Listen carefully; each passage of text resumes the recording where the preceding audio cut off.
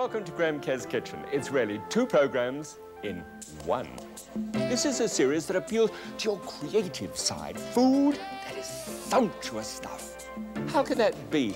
This is a program about people who want to eat healthy and reduce calories. Actually, it's about food with an aromatic quality that fills the nose. Oh, sure, but it's also about keeping my arteries clean by reducing fat. But it doesn't mean a thing if the food isn't rich and colorful. Maximize the flavor. Okay, but I must have healthy food that I can cook in minutes. I must minimize the risk. So welcome to Graham Kerr's Kitchen, where we get our heads together just for you.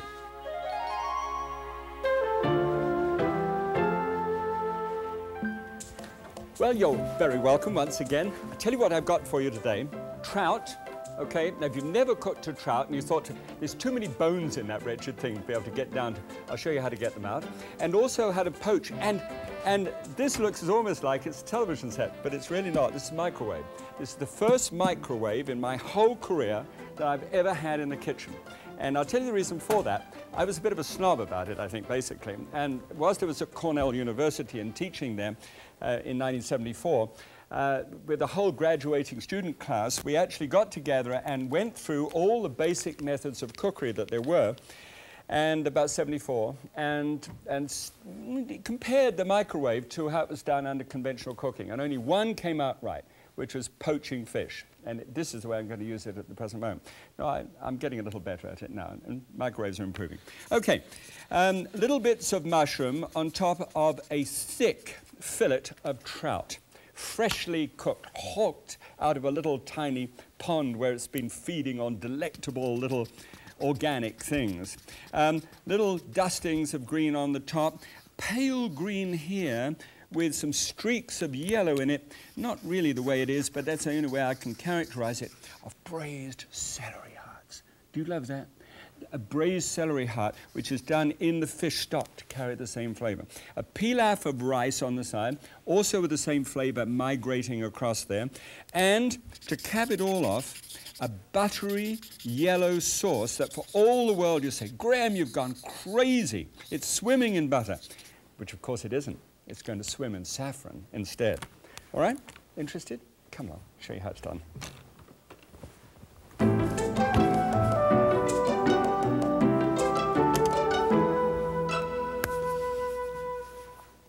Do you remember Dr. Kildare? I seem to remember it. It was terrific. We used to wait in bated breath to be able to see the program. And I would always be able to whistle the theme from Dr. Kildare whenever I was doing anything like this. You know, I don't even know how it goes anymore. If you know how it goes, whistle it for me. Here is a nice little 12-ounce trout here. And if you're a good angler, easy to catch. I'm going angling a little while later. You have a look at that. Here is the head on the top. We don't need the head in this particular dish. Some people like the whole fish broiled head on. It's just one of those things. But in this case, we're going to have the head off. Just cut through the shoulder and remove that. Sorry, and then, isn't that a sexist remark? Sorry, old chap. You know, sorry, madam. I really didn't know which was which, but anyway. So we just take the tail and the head. That's a short fish, isn't it? And drop those into 3 cups of water, 3 cups of cold water. Now, yes, I'll get to the rest of the ingredients that go in there in just a second for you. Now, when you open up the fish, you need to cut down the backbone here and just hunt down until you actually find the backbone itself. Now, let's see whether I can sort of turn that round for you and take a little bit better knife. So take it down there so that you've got some perches here on the actual back of the spinal column. Now, using your thumbs, just push up with your thumbs either side there. You follow me? Push up there, either side of the backbone, all the way up to the top. Okay? And you've loosened it now, and you've got under most of the bones. Now you just simply take a hold of the bones like that and peel it back. Not bad, eh? Now, I could bluff you and say that that's easy. It's not quite that easy because there's a little bit more to it. But there's a lot of bones there that have come away in just that one fell swoop. Now, drop those bones down with the head and the back. I want to take this down in one center cut right the way through, and then waste, apparently, the whole of that center portion down the backbone. There are little bones that run down there, the dorsal fin particularly. And if you've got a mouthful of dorsal fin, you really know, and you want to cut it in two pieces anyway. This, by the way, weighs about 3.5 ounces each when it's trimmed, so that's a reasonable portion. Now, we'll just take a little cut here because there is that belly portion, and there's a small amount of bones that's on there too. There's a little bit of bone on that one. And we'll do the same on that side. They seem to have come out all right. I don't know why. Oh, of course, they're on one side. Here we go. Oh, there it is. I knew there was something there. And just cut that out. Just swoop it out. You may, if you just feel over the surface here, you may find a few random bones which are still stuck in there. And for the benefit of those that you love and care for, there's nothing worse than being put off almost for life, especially young people, who get a bit of bone and say, hate fish, then forever. Anybody in my crew? Not my crew, but your crew. I mean, we're all part. Anybody ever had that thing? Oh, yes, Marion. Jerk your camera up and down. That's right, that's right. I know you'd never do that professionally, but that's him. He's on that camera.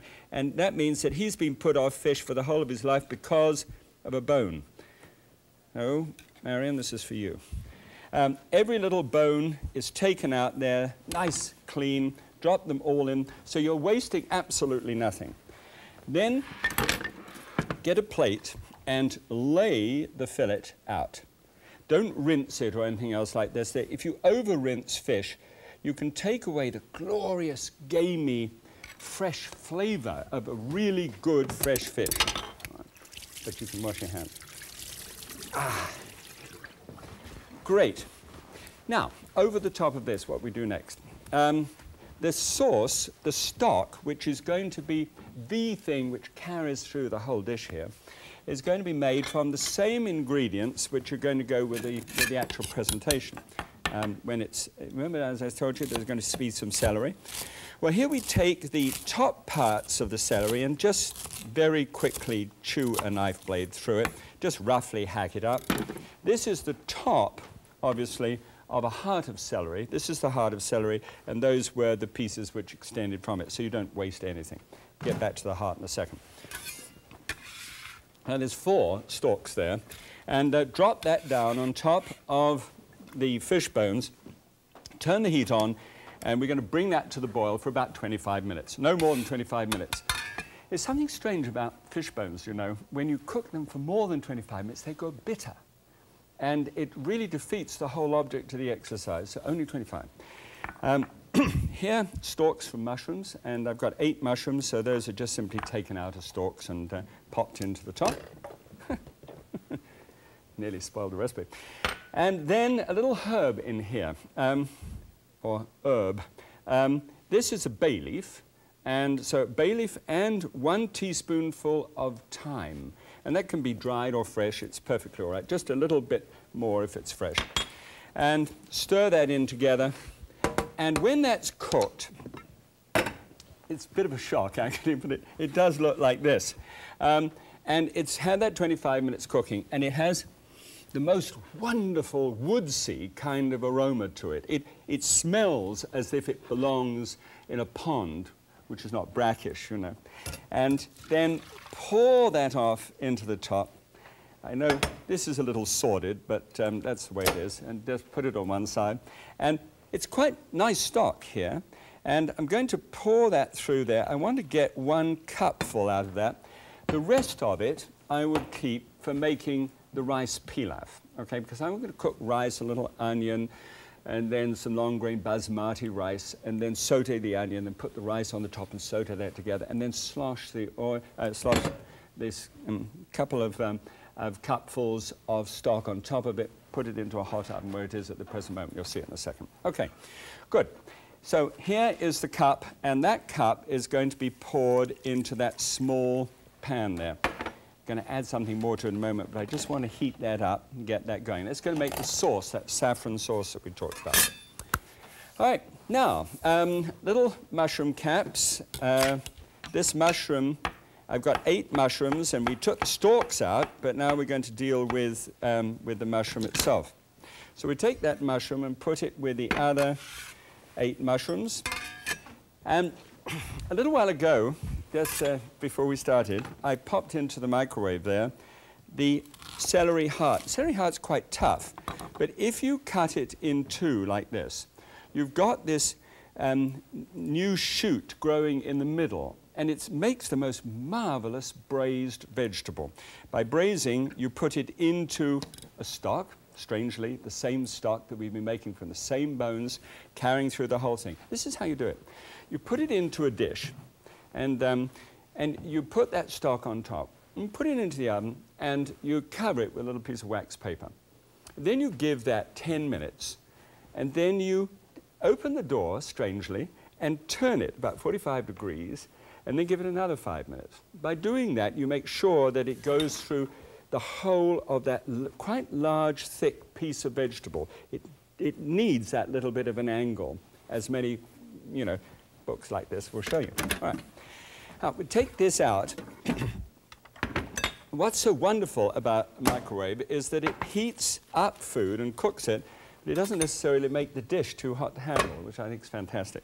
So you then take the celery heart out and pop that on a plate by the side, put a dish over the top of it to keep it warm, and now what have you got? Celery reinforcing the stock which came from there, okay? Because that's what it's cooked in. You get the mushrooms, which I had prepared, and those are the 8 finely sliced mushrooms. Push them down, and then cover that with the same piece of paper. I mean, Al Gore would be thrilled with me. Come on, Al, smile. And so this, then, we'll just open the door and pop this in. Now, these only take 3 minutes. This is a tiny little machine. I mean, I'm sure if you've got one of these, it's got bells and whistles all over it. This is the simplest possible machine you can get. So 3 minutes. So whilst it's doing its 3 minutes, why don't we go fishing? I had a great time. Okay, come with me. We'll go to a sylvan scene and throw in a little tiny piece of dog food on the end. I'm sure that was the problem. And throw it in and try and catch ourselves a trout. Clearly, this is a program about trout, and we know that already, but this is something more than just fishing, you know. This has got a lot to do with what Dean Ornish is saying about putting 3 things together. The kind of food that you eat, the kind of exercise you take, and the kind of rest that you have. This is the rest side. This is hardly exercise unless something big bites out here at the present moment. This is a trout farm. Now, trout farms, and the whole principle of trout farms is where you can come and borrow their rod, their reel, and their fish, and if you catch one, it's weighed up, and you pay a certain amount, according to how large the fish is that you caught. So if you really want to boast, you're going to have to pay for it. There are about several hundred of these over the whole country. You might like to look up in the yellow pages and ask the game and wildlife people where there are licenses, because they are licensed to be able to do this properly. This happens to be a place where the grade is extra fancy. In fact, the texture of the fish is going to be orange, or color is going to be orange and very oily. And that beautiful flavor, much better than you'd get from a regular trout farm. So I'm going to sit here and dangle this, and who knows, we may be able to see something interesting happen. What's that? Is it a pike? What do you think? Is that a pike? Look what we've got. Oh, well, there we go. When all else fails, use your tie. As I said, this can be a very relaxing process. We've been here for quite some time, and it's been exciting.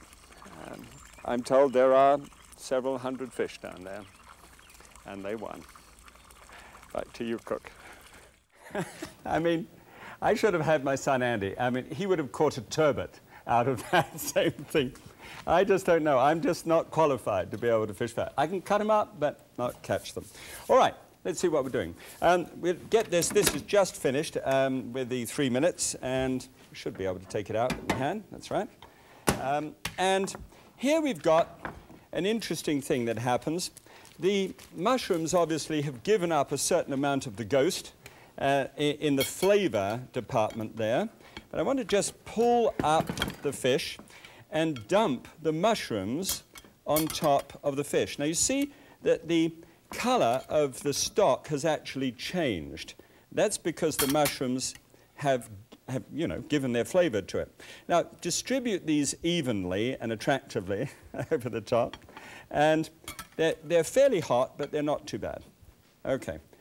And then take that juice, and with this little stock thing there, you do that later.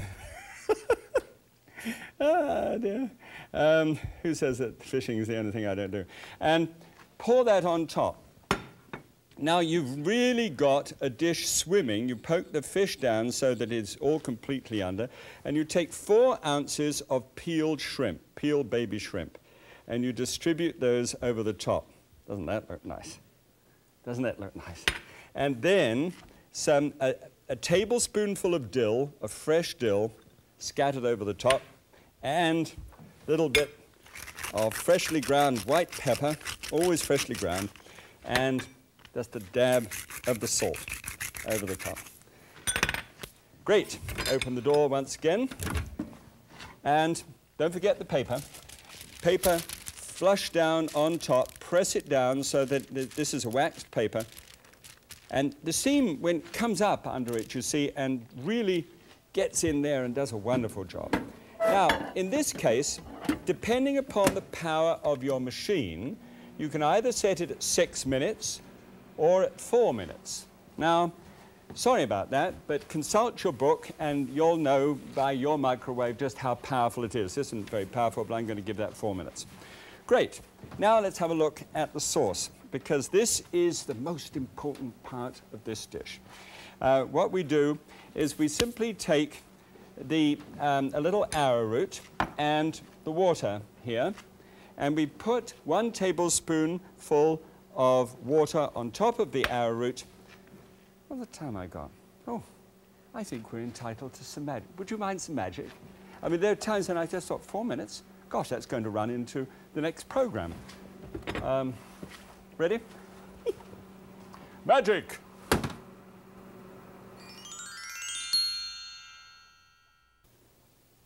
Nothing, absolutely nothing like magic. It's now 6 minutes, and push the button, and on we go. What you do when it's absolutely ready, and just take it out, have a good look, make sure that the protein is coagulated properly, and it's lovely and white and plump and beautiful.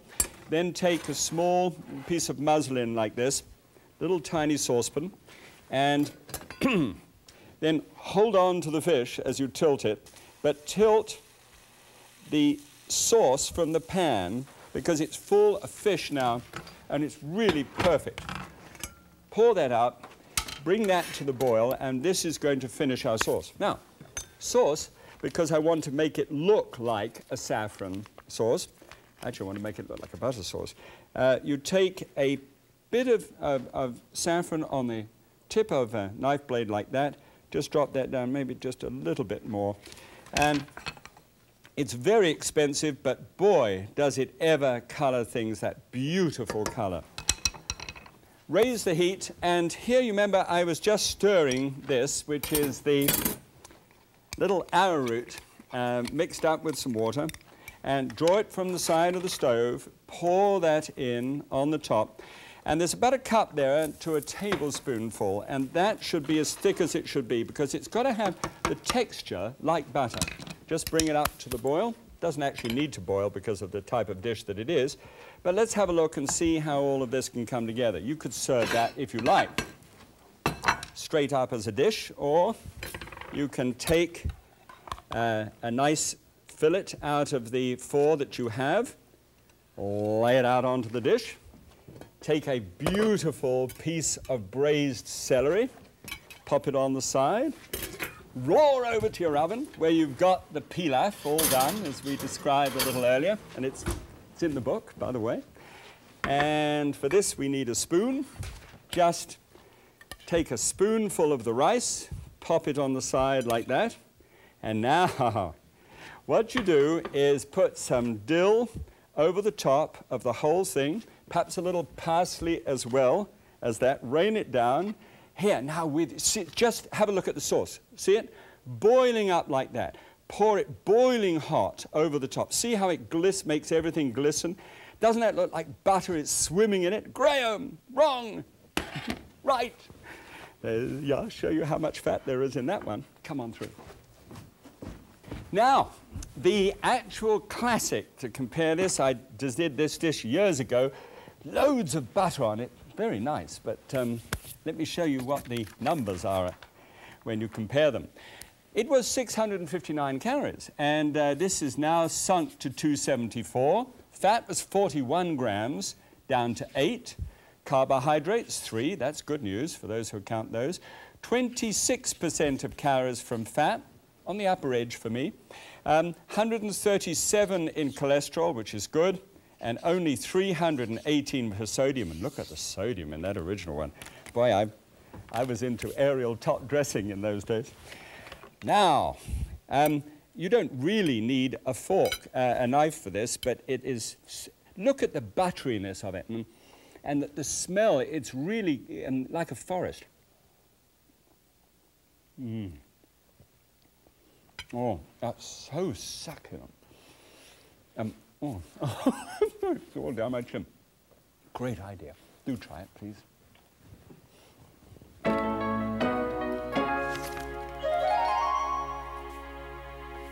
I don't know whether you've noticed, but I've been using some rather unusual plates recently, and I've been doing an experiment about this one.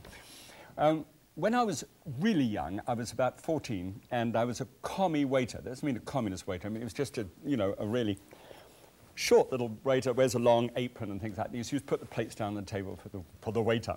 Then I got to be a waiter, and the first day I was a waiter, the very first person I ever served was Lord Shawcross, who was the Chief Justice in the British Isles at the time. And I was very nervous, apart from just the first person to serve. So he wanted a holdover sole, and what you do with a holdover sole is you get 2 knives together, fish knives, and you spread them like this.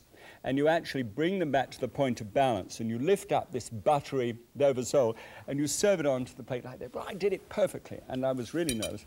And the only trouble was that I put it right onto the tablecloth, because I didn't put the plate down first, which is, and he looked up at me, marvelous man. He said, "Do you think I could have a plate?" But it was typical British understanding, and which serves this purpose.